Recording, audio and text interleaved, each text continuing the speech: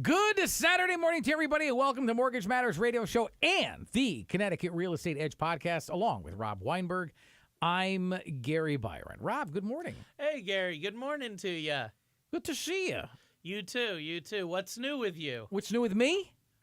Oh, all right. You sure you really want to know? Uh-oh. Are you just asking to be nice, or are you asking because just trying to make conversation you sincerely here. care?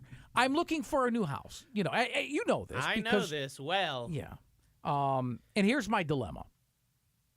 So I'm checking, Realtor.com and Zillow and all those. I'm finding the same houses I check every other day, like Monday, Wednesday, Friday. And I see the same houses, and there's not even much of a selection. One town. It's true. If I'm looking at 4 towns, one has 6 houses, one has 5, one has 3, one has 7. It's like, and it's the same ones. And then, if one drops off and another one comes on, it's like it's nowhere near what I'm looking for. And another part of the dilemma is I'm finding houses that are either way out of my league or way under my league, I guess, for lack of a better term. I'm looking for something that's just kind of smack dab in the middle. And to be perfectly honest with you, they're in short supply. I mean, look, this is the dilemma that every home buyer is facing for the last 12 months at least. And really, the last couple months, it's gotten worse and worse, right, as the seasonality takes effect. So being that we're like coming out of the winter, going into the spring, we're coming out of the time of year when no matter what's going on, we have the lowest inventory, okay? You see the ebb and the flow every year.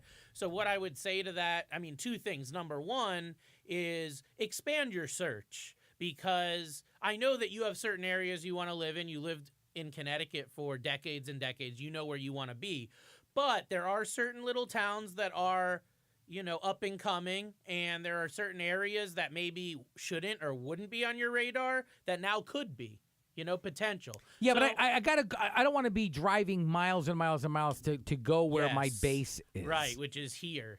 Well, yeah, not literally in the town of Bloomfield where DRC is, but I mean in my area of Newington, Weathersfield, Berlin, Rocky Hill, in that area there. Okay. Well, just be open to maybe one extra town here or there where it wouldn't add much to your commute. Then the second thing is staying the course. Like I know in your case, your pre-approval is still good. We got a couple months left on it. So now's not the time to give up hope, because now's the time when the most opportunity is.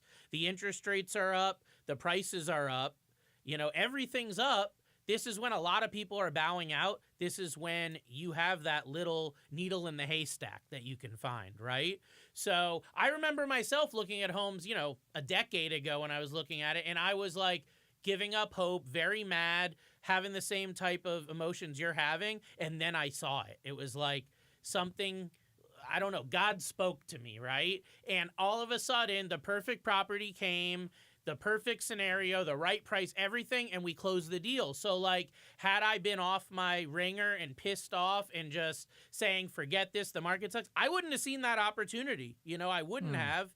I was about ready to just throw in the towel. But right now, in this April to May timeline, now is when more properties come up for sale versus the prior month. Okay. So now's the time when you should be looking closer at the properties coming up and all that. No one's saying that you're going to find something, but you got to be in the game to have listen, opportunity. you're right. It's the first weekend of April. I get it.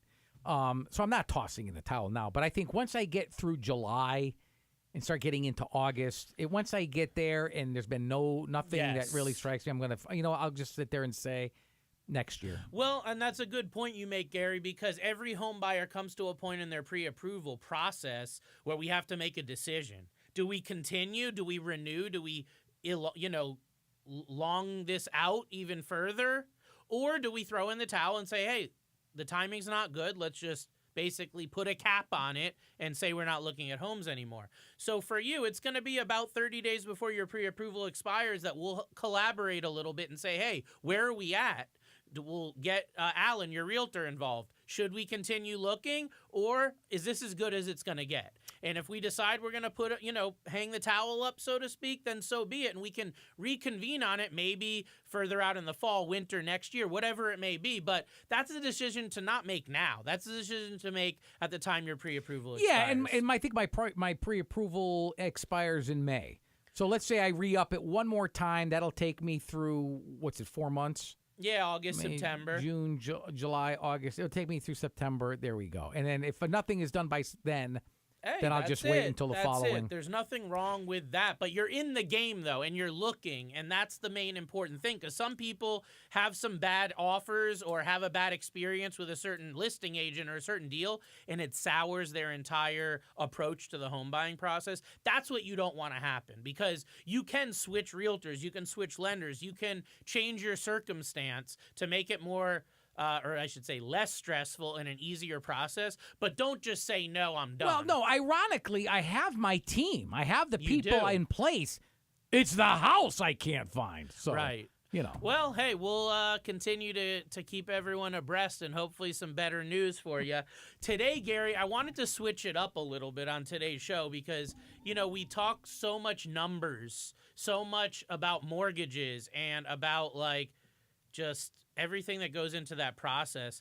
And I think that there's a lot of information out there, and a lot of people want to know about not only the numbers behind a mortgage, but the trends that go with the housing market, especially right now with inventory being tight and a lot of people out there in the market looking for homes and having trouble. Let's talk about the housing trends. I want to talk about the forecast of housing trends. I've done a good bit of research going into the show today so that I have some real concrete information to share about housing trends and what's next for homeowners, what's next for home buyers, what's next in the housing market, because we are continually seeing this shift. And as the seasons change, I think it'll be even more pronounced now too. what are then? What are some of the key trends that you're seeing or you anticipate right now? So I know there's a lot of people calling for a housing crash, and I'm sure many home buyers like you would be very excited to hear about a housing crash or homes going down. No, because I'm selling a house as well. So I mean, I don't want that to happen. Right. I'd just be happy if there was greater inventory right now. That's for sure. Well, a lot of people are calling for the housing crash, whether they want it or not. It would make it easier for a lot of people to buy homes. So I don't think that's going to happen. What I can see and have even just in the last few weeks heard is continued support of increasing home prices. So we're not talking about homes going up 20, 30% like they did in the last year or two. And we're not talking about bidding, $30,000 over the asking price, which has been common over the last couple of years, but just a slow and steady increase in housing prices, 2 to 3 to 5% a year. That's what's average. That's what we're going to continue to see. And the reason we're going to continue to see that is because supply and demand. Very low supply of homes, lots of home buyers, lots of demand for people that want to move, right? So those are people that are going to be looking at listings every week. Those are people that are going to be going to open houses. They're not going to be only bidding on houses that are 20, 30, 40% off their highs. They're going to be putting bids on homes that, at list price, maybe a little over list price. I don't think we're going to see that 20, 30,000, 50,000 over ask, other than maybe isolated situations. So a slower pace of increases than what we've seen. The next thing is talking about the volatility in interest rates. So that obviously has a big effect on the housing market. And I'm not only talking about interest rates going up, because they have obviously gone up quite a bit in the last 12 to 18 months, but I'm also just talking about the volatility where it's like up one day, down another. One day the interest rate you might qualify for is 6.5%. A week later, it's 6 1/8. How can there be so much of a gap, right? How can there be so much volatility in the market? And what that creates for home buyers is uncertainty. Well, I was approved for this much at one time, but now I'm approved for a lot less.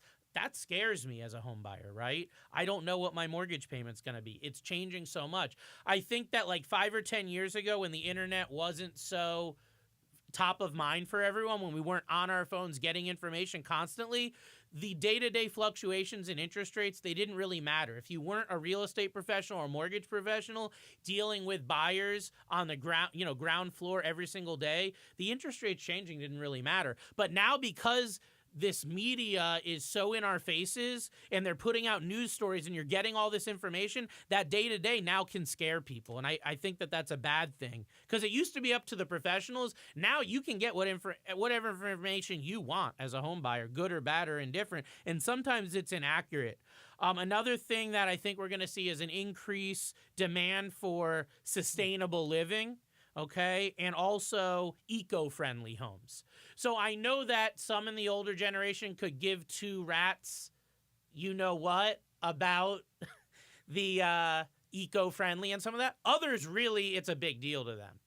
So I think a lot of the younger generation, the millennials, Gen Z that are getting into their first homes now, they see the impact that environmentally friendly can have on the universe. They want to be a part of that. So they're willing to maybe pay a little bit more for homes that have that eco-friendly environment, that have that sustainability where they're not so reliant on like the normal gas, electric, all the stuff that we use, the fossil fuels and all the stuff that goes into affecting the environment, right? Like we don't even think about it. Even in my generation, like we just throw on the heat and call it a day, but we have an aging population. So how do like demographics, fit into all of this? So aging population is big because as medical care advances, people are going to be able to stay in their homes for longer, right? That means that the homes that they live in are going to need to be more accommodating for retirement, for that final chapter in life. So what we're talking about is smaller homes, less square footage, so easier to move around, and also condominiums. Condominiums have always been a great entry-level property for people because of the price, but they're also becoming really in demand with seniors and people entering that final stage. Oh, yeah. And it's because less maintenance to deal with. Nobody wants to shovel or you don't want do to their shovel, lawn. do the lawn. You don't have to deal with a lot of the upkeep. So they're willing to pay this premium to be able to get into a condo or that sort of shared living where they can share the expenses for that, and it's creating a better scenario. The other thing is changes in family structures. This is something we haven't really touched on much, but what I've been hearing and seeing with a lot of my clients is that as the population ages, as their parents age, right?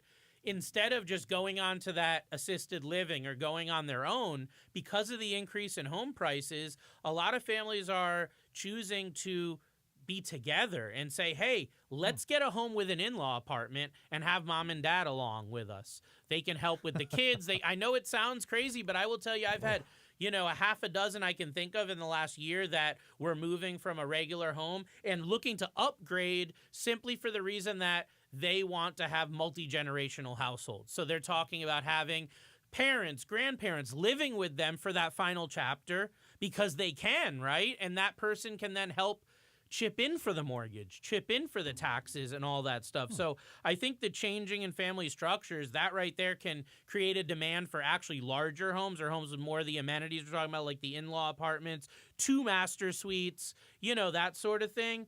And then millennial and Gen Z actually prefer smaller and more affordable homes. So what we're looking at there is a lot of millennials, Gen Z, they saw their parents go through the last housing crisis.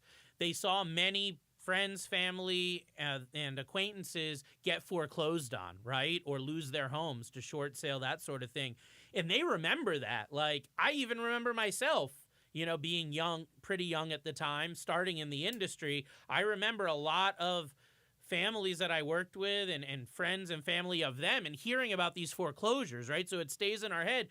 So they don't want that. So they're being a lot more economical when it comes to lower mortgage payments. Okay. No matter what the rate is, I want a lower price on the house. I want a smaller house, less utility bills, less upkeep, less maintenance, less cost. Now that savings on my home expense, I can now redirect to funding a better retirement, maybe retiring early, traveling a lot more. A lot of these people in the younger generation have remote work. They can work partly or fully remote. They want to travel. They don't have the money to do that. But if they get rid of that high expense of living in the city with a high mortgage, high taxes, all that, and they can cut that down, now they have money to fulfill these life experiences that they want, this travel, this more engagement and culture, right? Mm-hmm.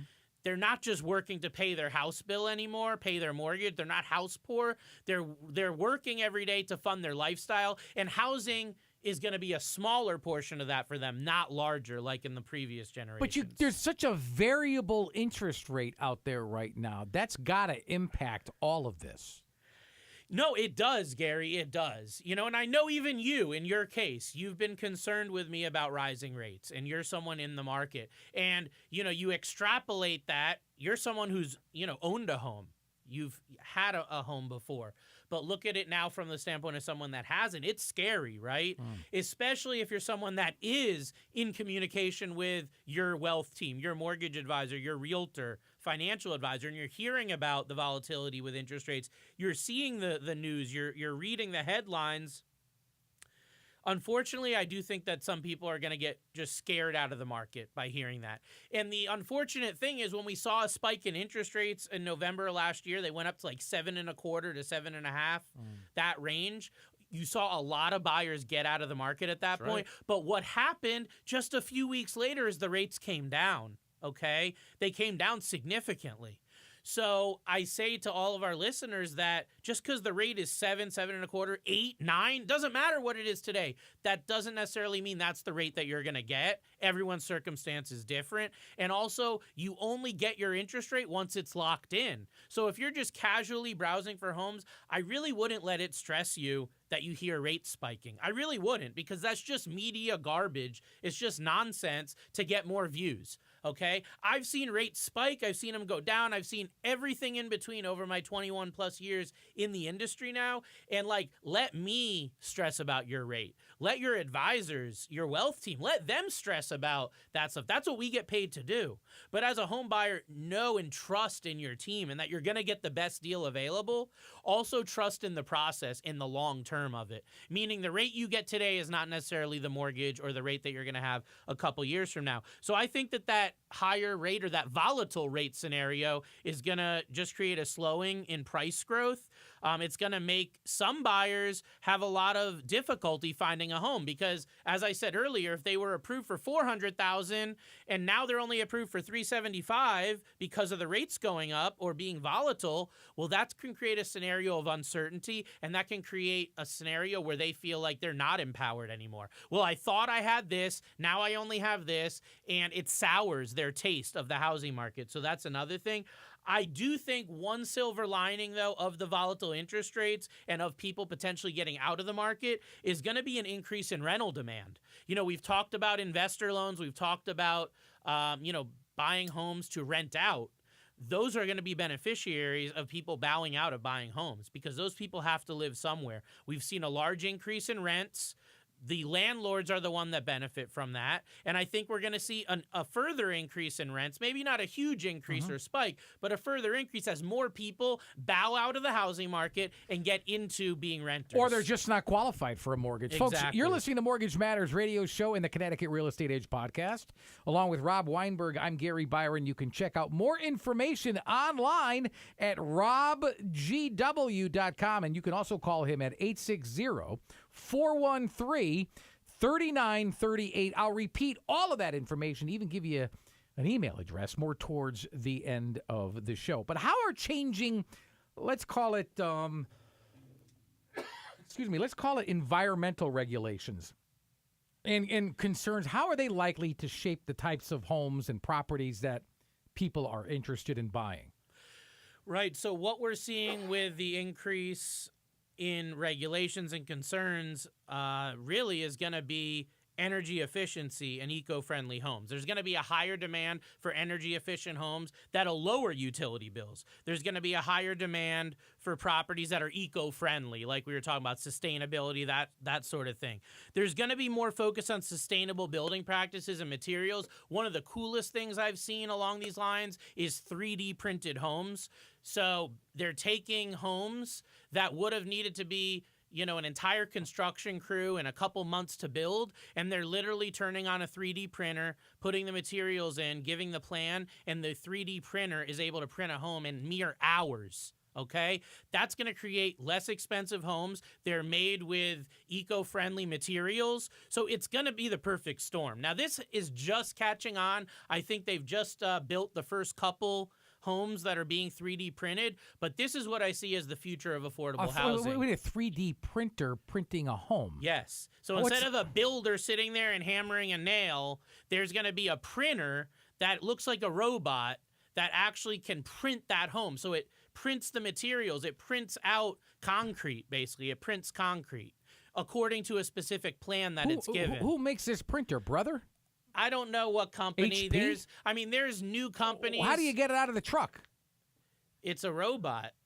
So it's not really a printer. I'm It's envisioning like a printer. robot We have a it's printer like in the other room. It looks like a large robot, but it actually has output. So it spits out stuff, and you can put building materials and plans in it. So I don't know enough about it other than the articles that I've read, but this is the future of sustainable housing because you can control a lot more what actually goes into the house, the materials. And instead of having a whole construction crew, all these people you have to pay, now it's like the robot and 1 or 2 people. That's it. And these homes can get built very, very quickly. I was right about to ask you, who's putting them together and how long does it take?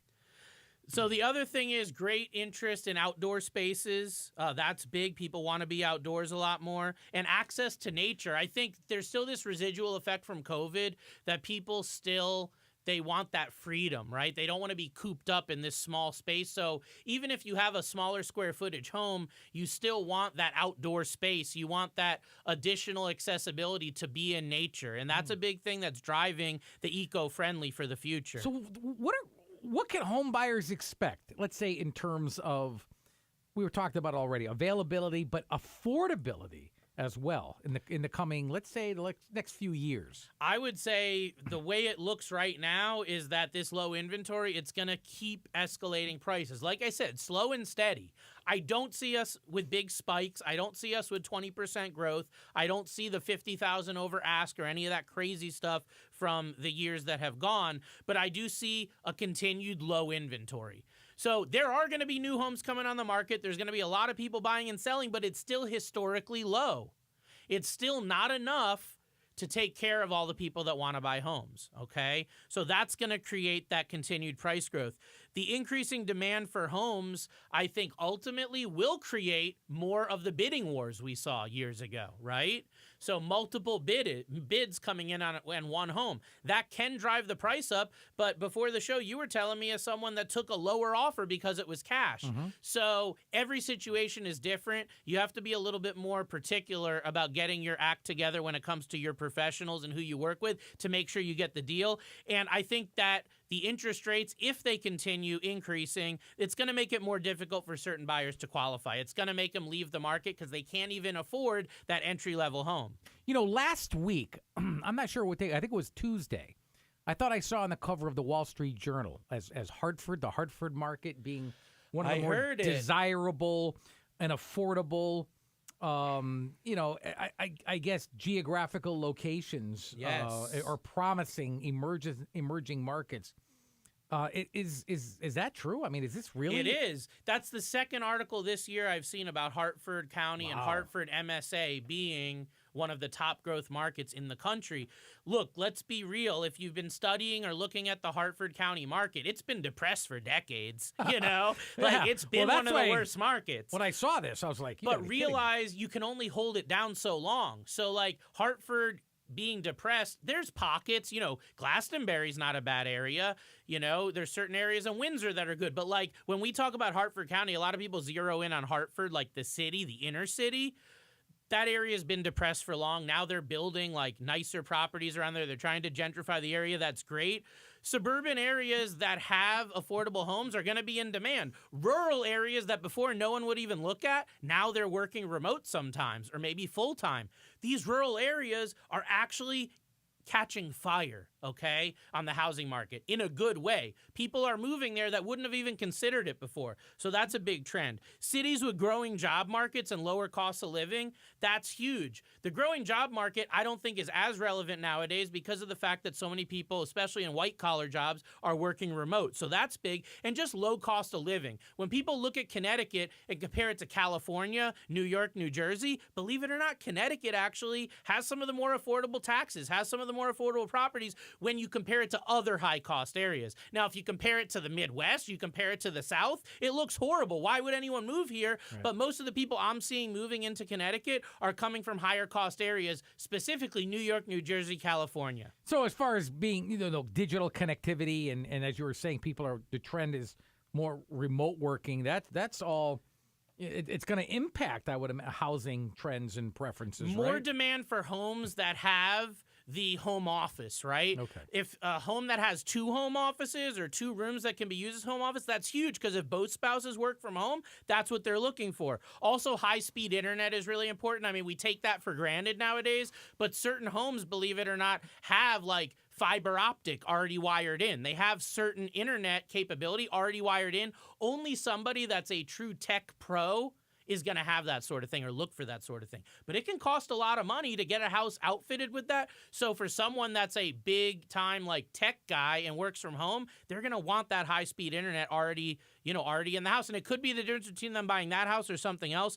Another thing is less proximity focus. So like we were saying, with so many people working from home, many don't care if they're 20 minutes from the office anymore. They can be 2 hours from the office, save a bunch of money, and do their work from there. So that is a big thing, is getting away from that urban center, and then more outdoor spaces, more natural amenities, that sort of thing that we were talking about. All right, I'm going to ask you one more question, and maybe you can answer this in about a minute.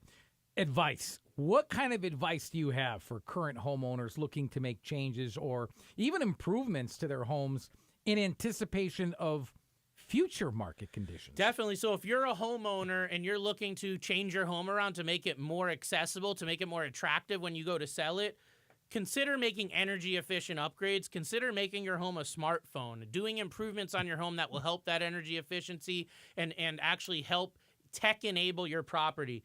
Outdoor living spaces is huge. If you can do some things with your outdoor to make it just like another room in your home versus just the back patio, that's huge. That's very attractive to today's home buyer. You also want to be aware of local zoning and environmental regulations because that could impact the value of your home. Just something to check with your realtor and your local permit office about there. Folks, you have been listening to Mortgage Matters Radio Show and the Connecticut Real Estate Edge podcast. If you'd like more information on this show as well as any of the others, please head on over to the website. It's www.robgw.com. It's that simple. You can also email this show. It's very simple to do that as well. It's Mortgage Matters Radio Show at gmail.com. Maybe we can get your question answered right here on these very airwaves. As far as the phone number is concerned, if you'd like to set up an appointment with Rob Weinberg, easy to do. 860-413-3938. Again, it's 860-413-3938. For Rob Weinberg, I'm Gary Byron. Thank you so much for listening to Mortgage Matters Radio Show and the Connecticut Real Estate Edge podcast. Until next weekend, have a good one, everybody.